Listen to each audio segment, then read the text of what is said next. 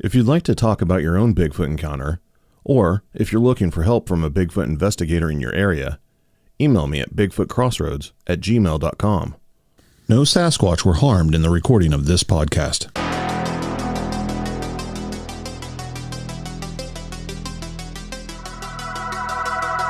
My name is Linda, and this is my Bigfoot story.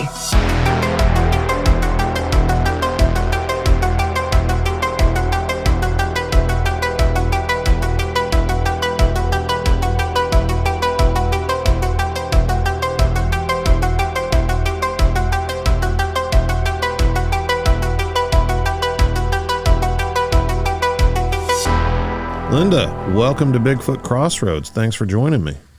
Well, thank you very much for having me. It's a pleasure. Now, you're in New York, correct? Yes, I'm in Western New York in farm country. We live in between what's called the Finger Lakes. So it's a lot of wine country, a lot of very deep lakes and mountainous areas. It's quite beautiful here. Have you lived there your whole life? Yes. Yep. I'm a grown-up country girl. Did you ever think about Bigfoot whenever you were a little kid? No, not really, because I grew up kind of in a small town city. So, being in the country really wasn't an option until I became, an adult. But I've been here ever since. And no, never really even crossed my mind. I saw the Gimlin films when I was a kid on TV, and I thought, well, wow, that's really cool. But that was about it. And, as an adult, I try to be open-minded as far as I think there's a lot of things out there that we all experience in our lifetimes that really aren't on the explainable end. For sure. I can testify to that in my own life. Absolutely. Now, if I understand correctly, horses are a big part of your life. Oh, absolutely. I have, since I was old enough to get out of the house, I have bred and raced in trained barrel horses. So pretty much my whole adult life has been wrapped around, riding and training and racing these animals. And that is a type of timed event like races at rodeos, correct? Yeah, it would be a rodeo event. The fastest horse wins. Right. And if you knock down, you're out, you're done. But it's a passion, and we run these barrel and pole horses, and we've done it for probably about close to 40 years now. The reason I asked you about that is because I kind of wanted to set up your story a bit, because it happened while you were horseback riding, correct? Yes, that is correct. If you don't mind, just kind of walk us through the events of that day and tell us your story. It was kind of one of those days where there was no horse shows going on. It was 4th of July, and there was really nothing going on. We're usually running horses, and rodeoing with our friends and stuff. So we decided, well, there's really nothing going on this 4th of July. We're going to go out, and there was 5 of us that were going to go on for a trail ride. And as we headed out, it was myself, my identical twin sister, Brenda, her granddaughter, Olivia at the time, and then another young lady whose name was Shanoa. And then Jackie, my other girlfriend, was out with us, and we were out riding. Well, we had lived way out in Amish country, and I don't know if you're familiar with what the Amish culture is, but there's no electricity, there's no running vehicles, they do everything, so to speak, holistic, horse and buggies, that kind of stuff. And I lived across the street from a very large beef farmer at the time. And we decided we were going to pack up and we were going to go for a little ride. And we had a section of the woods, or this road that went down into the mountain, that we had been using. And it only had one Amish family on it. So all summer I had been working, my husband and I and my teenage daughter had been working the horses on this back road down past this. Well, we'd get probably about 100 yards in and the horses would start acting up. And of course, we're riding young horses. So some of them are, more spooky, or what we call in the industry hawky, meaning they're looking around, they're blowing, they're snorting. They're just, everything is a booger man. And so this had gone on all spring. Didn't think anything of it. I thought, oh, well, we must have a bobcat, or we've got maybe a bear. And been here my whole entire life, never really thought anything about it. So we pack up, we're getting ready to go for a ride. And we get out to the end of the driveway to pick up the end of this road, which is literally 25 yards from the farm that we were living at the time. And we were met with this horrific odor of rotting decay, of a carcass, so to speak, but mixed with skunk. We kind of looked at each other and said, oh, man, it must be the farmer lost a cow. He must have dragged it out to the hedgerow. Didn't think anything of it. The wind's right. It's bringing the odor back up this way. So we get down a little bit further, and I'm thinking, man, it's going to be a long summer if I got to continue to work those horses in this smell. Did the horses react to the smell?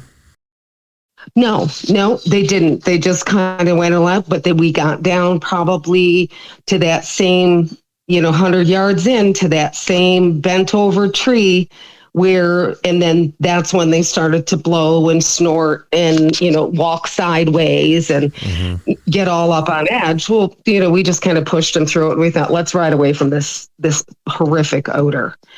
So we headed down off the mountain.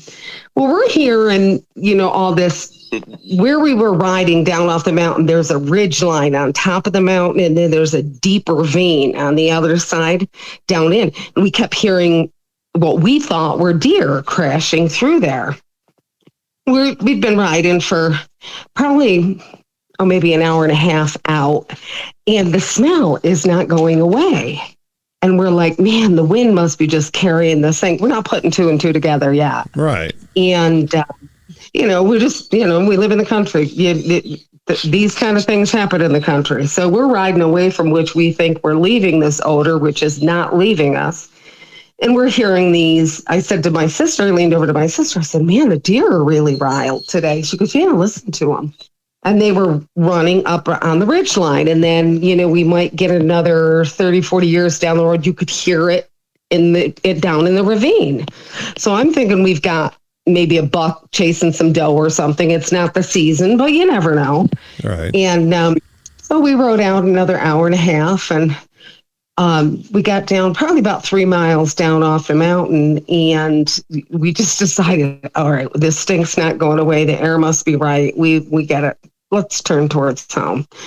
Well, Jackie and Shanoa, the two older women that were with us, decided that they were going to race home. They were like, come on, let's race. I'm like, we can't race. I've got Olivia with me.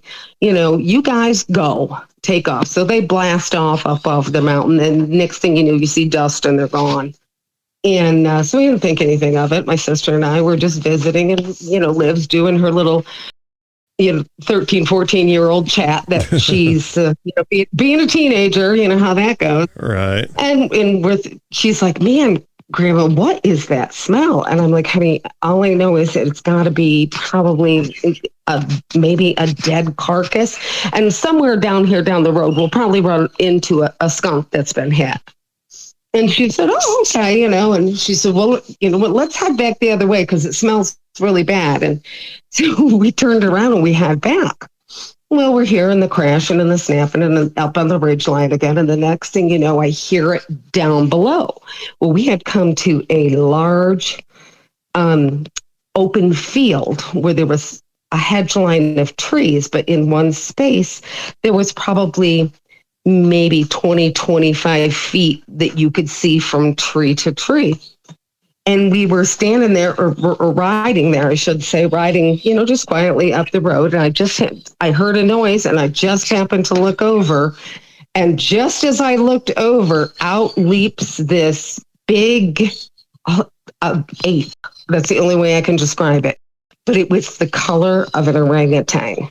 I don't know if you don't know what a sorrel horse is, but a sorrel horse is a vibrant red horse. Right. Well, this thing was that red. I mean, when it lunged out, its arms were probably had to be 6 feet apiece, and the hair hung down from its arms. Probably a good, I'm going to say close to a foot, and you could see the sun through the fur as he was launching himself. And I literally stood there, and my chin hit my saddle horn. I was just stood there in total disbelief as to what I was seeing. And he kind of bounded off. And he took off, but he had the classic. I mean, he had to be close to 4 foot wide. He had no neck whatsoever. His head sat kind of forward, but down on his chest, like with the classic gorilla conical head. Mm-hmm. And he just was. I mean, he was enormous. But I don't know. We just kind of looked at each other, and we looked back at each other, and we just kept riding. Nobody said a word. We were just like, I just looked at Brenda and blinked my eyes, and she was standing there with her mouth dropped open too. And Olivia years ago had, when she was sledding, she was out in a sled by herself. She was probably maybe 7 or 8, and she had slid down off the hill, and it was over here on Roby Road, which is 2 hills over for us. And she said she come on her kid down the sled, down the mountain, slid right across the road, and she said, and it walked right across the road next to her. So I didn't dare mention, good Lord, I think we just saw a Bigfoot. Yeah. Because she's terrified. The poor kid, every time she'd talk about it, she would start shaking. Oh, geez. So I just, Brenda and I just looked at each other, and we just rode towards home. But then after we got thinking about it, after we got home, it was like all the things kept coming together, the horrific smell. Because as soon as he was gone, the smell was gone. Wow. And we never ran across a dead cow. We never ran across a dead skunk. We just ran across this. And I think it was just maybe a juvenile or a younger one. It just seemed very curious as to what we were doing. But I think after it saw us and I made eye contact with it, that we kind of looked at each other so shocked. I think it took off, being that it was, now I've been seen, I've got to go. Yeah. It wasn't expecting to get caught out in the open like that. No, not at all. And I wasn't expecting to see it out in the open. Do you think it may have lost track of you guys whenever the other ladies took off on their horses? No, I don't think so. I think it continued to follow the slow group.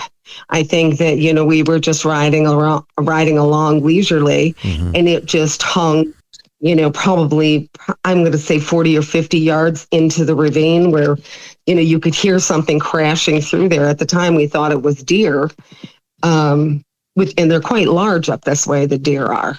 So, because of the terrain and stuff, but it was a pretty cool thing. I mean, I feel that I'm very lucky that I'm one of the few people that got to witness that. Yeah, for sure. And that would be a very good way to witness one. Yeah, absolutely. Did your horses react whenever it went across your path? No, actually it paralleled us. So it didn't cross the road in front of us. Oh, okay. It crossed like to the left of us. I just happened to be, I just heard the commotion in the hedgerow, and I just happened to turn just as it leaped from one tree to the next tree. And this thing literally leaped, touched the ground, and leaped again and was out of sight. I mean, it was within the next hedgerow. How much ground would you estimate that it covered in that action? Oh, gosh. I'm going to say it was probably maybe 25 feet. Wow. Yeah. I mean, it was going for it when it leaped, because it was the arm forward, and you could see all his muscles. You could see, the structure of his face. You could see him turn to look at us, and then he was like, uh-oh, and he was gone. How long was the hair? His hair, when he lifted his arms up, they were close, probably, I would say 10 to 12 inches. Wow. And it was quite a bit of hair. He was smelled horrible. And, but he was a pretty color. I was, like I said, I was totally flabbergasted.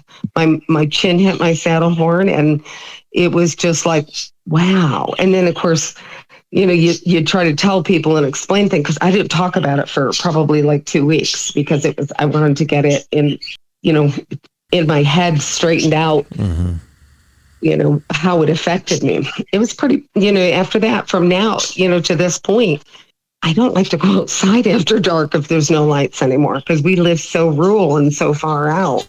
It has you kind of spooked. Yeah, it definitely spooked me. Definitely spooked me, and it had been going on. I mean, the horses had been spooking. Well, when I started legging up horses to get them fit to go to show for the summer, it was the end of March, first part of April. So this had been, the horses had been, I just thought they were, when you start them that early in the spring and it's still, the ice is on the ground, they kind of are fresh anyway. So I just blew it off as, yeah, they're just being froggy today, as we call it. Mm-hmm. And that was my experience. You guys keep the horses in this same general area? Yep, they were out in a 50-acre pasture, like probably 250 yards away from the entrance to the road. Have you ever noticed any peculiar behavior out of them or anything around the property? Nope. Only when we would get down to that one section of the road. And like I said, on the whole trip, the 3-hour trip, there's one Amish house. Wow. And that's it. There's no electric. There's no running water or that kind of stuff. So the whole road is very primitive. And it's just the whole area is inundated with the Amish now. So, I mean, it's a whole community now of low key. There's not a lot of action going on at their houses. Let's put it that way. Whenever, was it Olivia that saw one whenever she was sledding? Mm-hmm. Yeah. What did she say whenever it happened? Whenever she had her encounter? I don't even remember how we were talking about it, and just one night here at the house, and this is before we took her out trail riding, and she said to me, "Oh yeah, Grandma, I had a Bigfoot encounter," and she says, "I was over to my Grandma Dawn's," and she says, "I was sled riding, and it was just about dusk." And she said, I'll go down the hill one more time. And she says she went down the hill one more time. And she said it came out of nowhere and just crossed the road right in front of her. Of course, I'm sure it looked like a mammoth monster, being she was 7 years old on a sled by herself, Yeah. But it was right. I mean, it was right there at the house. So, and that's only one hill over from where we live now. So have you done your own personal research into the subject since this happened? No, I did report it. Is what I did is I got online and I looked up the website for reporting it, and I wrote in and emailed them and said, "This is my encounter. This is what happened. I just want to document this." And pretty much, I was one of the few in Western New York that actually, I was looking at where they had them pinned with the stars on the states and stuff.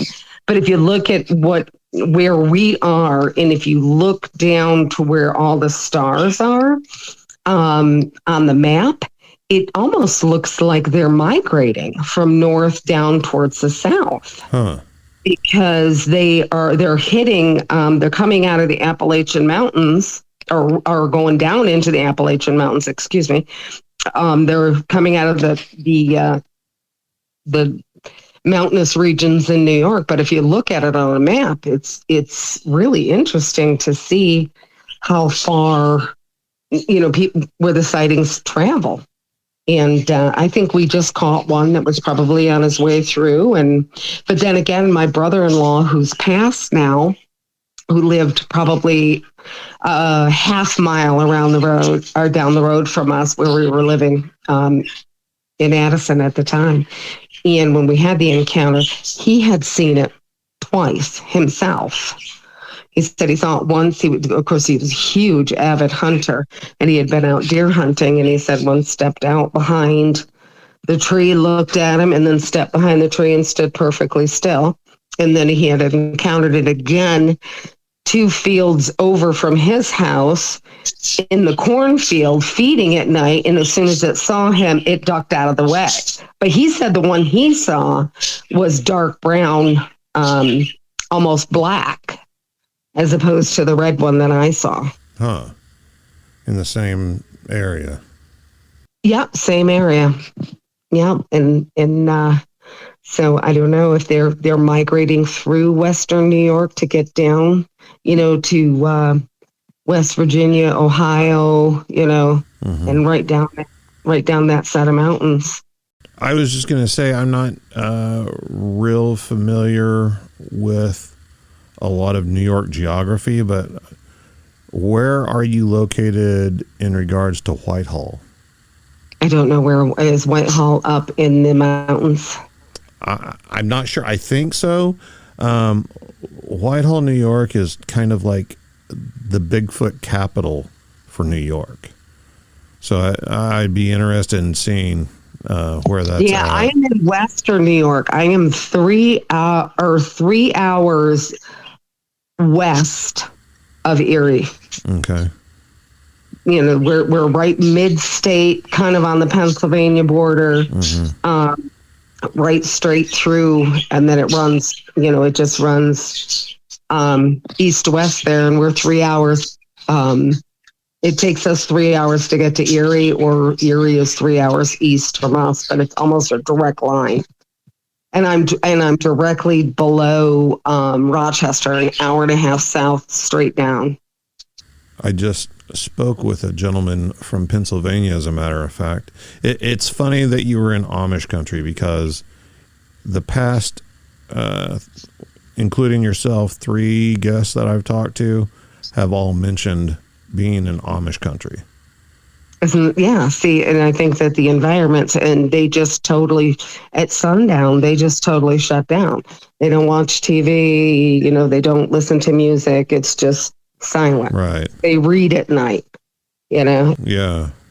Yeah, it's interesting, though, because I really believe that he was in that area for a while because of the lack of the populated area. And I know they do all their own gardening, and they raise livestock and everything else. They're self-sufficient. Yep. As much as they can be. Yep. And like you were saying, no vehicles or anything like that.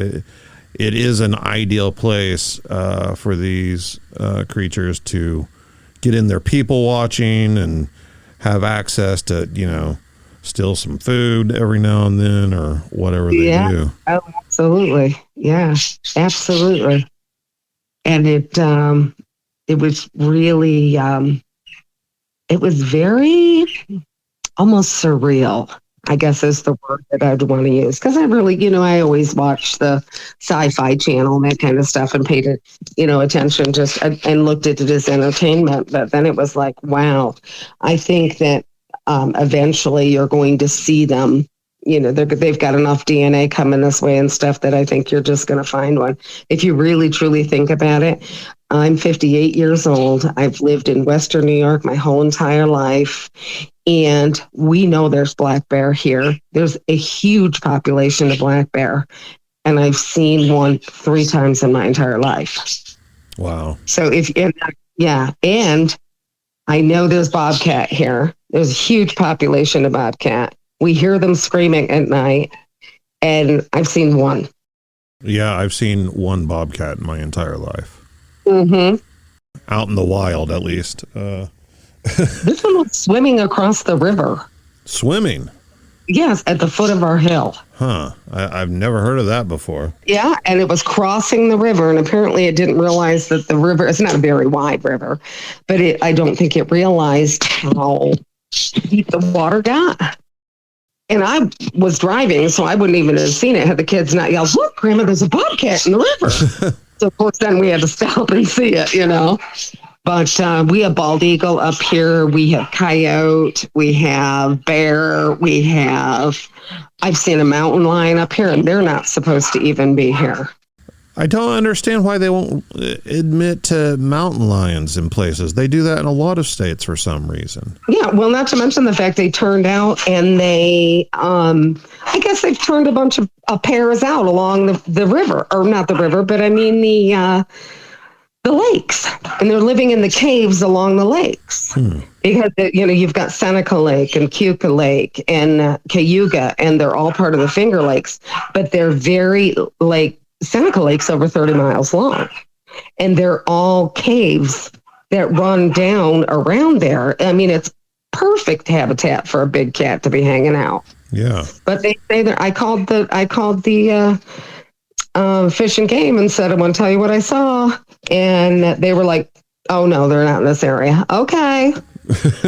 I'm telling you, I know what I saw. It was 5 feet long. And it was just like drinking in a pond.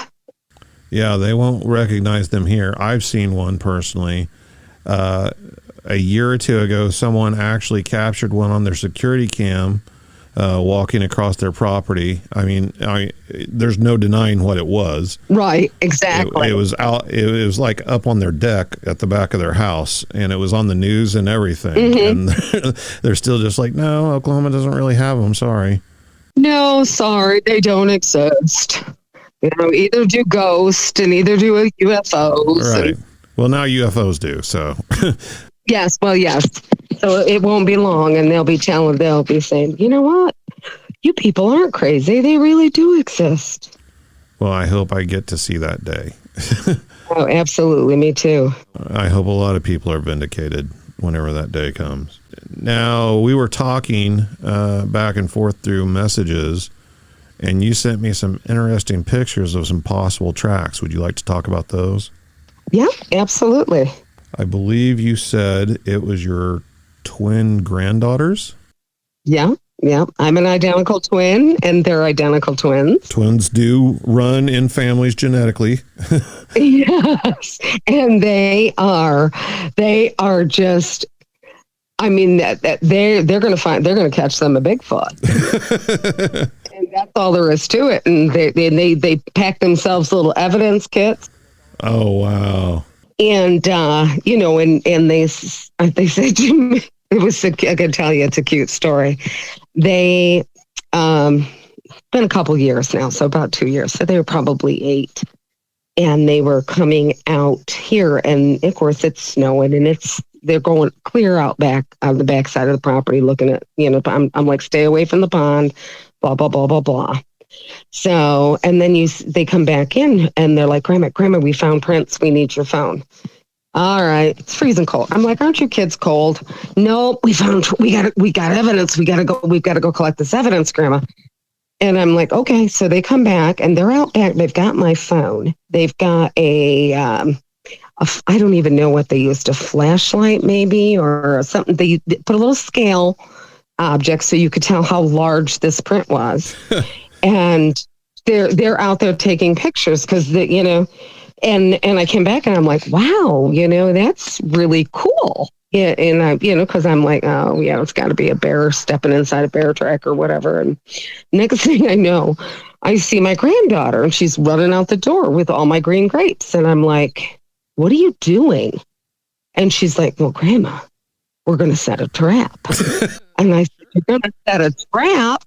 And she says, yep. I said, quit wasting those grapes and get in this house. And she had to put a line of grapes from the house or from the wood, and she had made a line all the way back to the house. And I had said to them, I said, girls, what are you going to do when you catch him? And they're like, well, we're going to call the newspaper.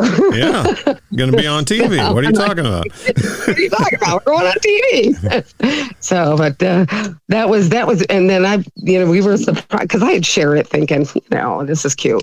And then people were texting me back going, can we talk about how legit this looks? And that was like right out back of the house here. But we butt up against another, it's just property and trees, and just goes on for miles and miles and miles. So, yeah, I mean, I took a look at the photos, and I mean, so I'll say this. A lot of people send me pictures of tracks. And I always tell them to really identify tracks and really get all the information. You really need to see the track in person. It's hard to do with photos. Right. Absolutely. However, looking at those tracks, I can definitely say it's possible. It's possible that it's a legit track. I can't say from the photo that it's not a Bigfoot track. It sure looked like a Bigfoot track after they brought it back in the house, and they had taken pictures, and they all the way up, and they had gone out around the pond, whatever it was, and gone out around, and then got over into the where it's real thick, and turns into like prime hunting ground out back. Yeah. And they had followed it all the way out around, of course, and it gets dark at 4:30 in the afternoon when it's December, and they were pretty excited that they were going to catch themselves a Bigfoot, and they had evidence that they had gotten him on. I got these pictures, and we're going to put these grapes out in here. She'd cut up apples and grapes and was making a trail back to the house. But that's so great. It's cute, but it's also, there's a lot of grown-ups that take this pretty seriously that don't do things like lay an object down in the photo for size comparison so you can tell exactly how long the track is whenever you show the photo to people. Mm-hmm. They're thinking ahead about baiting it and everything and following it. They're not just finding the track, they're actually following the tracks and looking where it went and everything. I mean, that's pretty impressive for a couple of 8-year-olds. Yeah, they definitely are. And they spend a lot of time now on horseback looking for him. They'll go out and ride the perimeters of the properties and stuff. And they'll be, of course, they're old enough now and they're experienced, good enough riders that I let them venture a little ways. And and where I can see them, but you'll see the girls are out there. They're out there looking, and of course their father is their mom and dad are both huge hunters, so they're out in the blinds all the time. They're up in the tree stands, so they're very aware of their surroundings. But I thought it was pretty neat, and I was pretty impressed with their detective skills. Absolutely. Talking about the Patterson-Gimlin film, the famous Patty film. Yeah. Those guys were also on horseback. Yeah. Do you think maybe being on horseback gives you an advantage whenever you're out looking for these things, for maybe the sense of the animal smell in the air or something? Maybe. It's a possibility. I never really left out on horseback expecting to go Bigfoot hunting or looking. Right. But I do remember seeing the Gimlin Patterson films on the news. I mean, I was just a little kid at the time, but I remember seeing that, and I remember they said that they were on horseback, and that the one guy jumped off and he chased it for quite a ways, mm-hmm. To try to catch up to it to take pictures and stuff. But I truly believe with the technology and in the surveillances, and everybody has cameras, and you've always got a phone. I think it's just a matter of time before we discover many things that we thought weren't out there. So you do believe that Bigfoot's not the only thing running around in the woods? Oh, absolutely not. No, I truly believe that. I think there's going to be all kinds of stuff that people will discover. If you look at, how recently were the troop of silverback gorillas found, back in the 80s, and they didn't even know they didn't even know they existed. So think about that. That's 45 years ago. And now the technology that we have now, it'd be pretty. I think there's a lot of cryptids out there that people just don't realize that we're living side by side with them, and they're there, but they're just not allowing us to see them. I ask everybody on the show this question because I'm interested in a lot of other things besides Bigfoot. Have you ever had any other strange, unexplained experiences? Myself, yes, absolutely. You know what I mean? And I think that some people are a beacon for paranormal or unexplained things to happen. Mm-hmm. So it is, I have this I don't know why, but I've been always terrified of UFOs. And it's just, everybody's, the people that are into them are like, yeah, I want to go with them. And for me, it's hell no. Leave me here. Leave me here. Do your thing. You do whatever it is you need to do. Live and let live. You know, I'm one of those people, but I am not interested in going anywhere with none of them. Huh. What do you think Bigfoot is? Do you think it's just an ape, or? I think it's an ape. I don't think it's, them saying that it is interdimensional. I don't believe that for a minute. I do believe that it may have some type of way to cloak its environment like the chameleon. Mm-hmm. And I think that it has a way to be able to fade itself right into its environment and you don't see it. And I think that they're there, they're at a distance, they're watching us, but they only allow themselves to be seen if they want to be seen. But as far as interdimensional, I don't buy that. I mean, you heard it crashing around in the woods following you. It could have just jumped through a portal if it wanted to. Maybe. I mean, if you're interdimensional, there's no reason to go banging around in the woods. Well, yeah, that's true. But it sounded literally like it was chasing us, following us at a good clip. I mean, we were riding right along and it had followed. You could hear it. And you could hear it going through maybe it was spooking deer, and that was part of what we heard. I'm really not sure. All I know is that I wasn't so impressed with the sound as much as the smell was so overwhelming.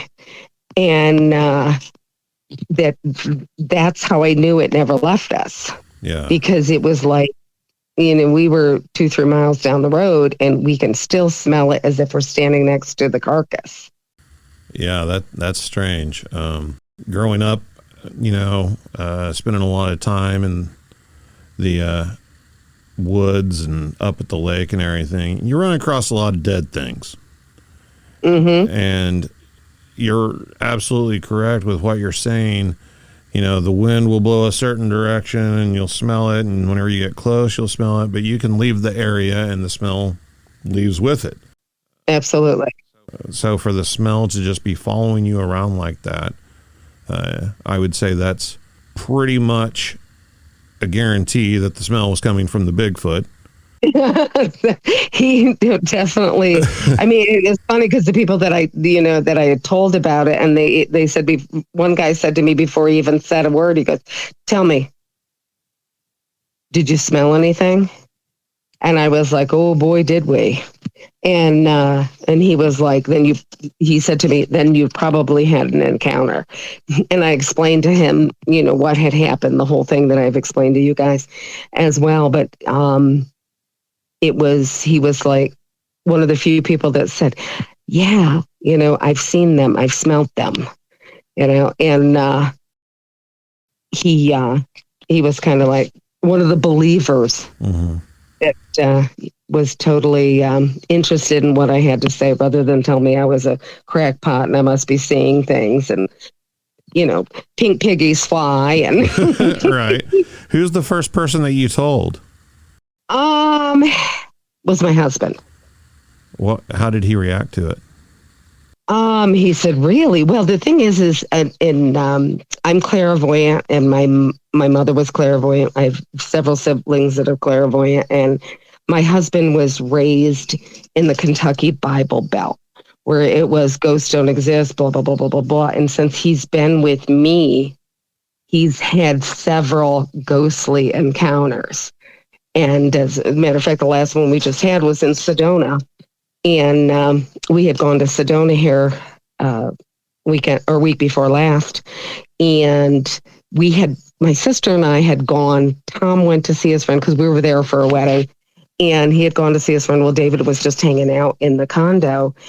And he got back and he goes, well, the ghosts are here already. I'm like, what? He goes, I've already seen a black shadow. It was in Brenda and Tom's room.